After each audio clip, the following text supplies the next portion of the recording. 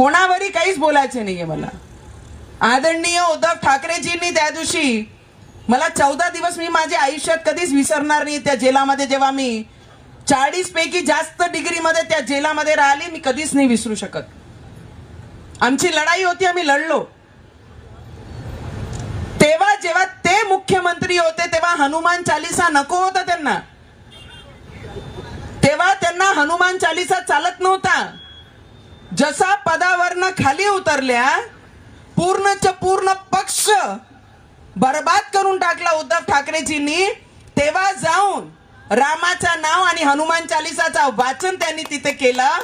तर त्यांनाही माझा प्रश्न आहे, दादा हनुमान चालीसा तेव्हा वाचली असती तर ना आमदार सोडून गेले असते, ना घर फुटलं असतं, ना पक्ष बर्बाद झाला असतं, आणि बाळासाहेब ठाकरेंजींचे विचारही राहिले असते. आणि महिला खासदार असल्यानंतर तुम्ही जेव्हा मला 14 दिवस टाकले होते, प्रत्येक क्षण फक्त एवढाच बोलत होती की जो इतना घमंडी व्यक्ती है की एक महिला को कोई कारण नसताना तिला 14 दिवस जेलमध्ये टाकला होता, आणि आज पूर्ण पक्ष बर्बाद झाल्यानंतर ते रोडवर बसून हनुमान चालीसा करते. रामजी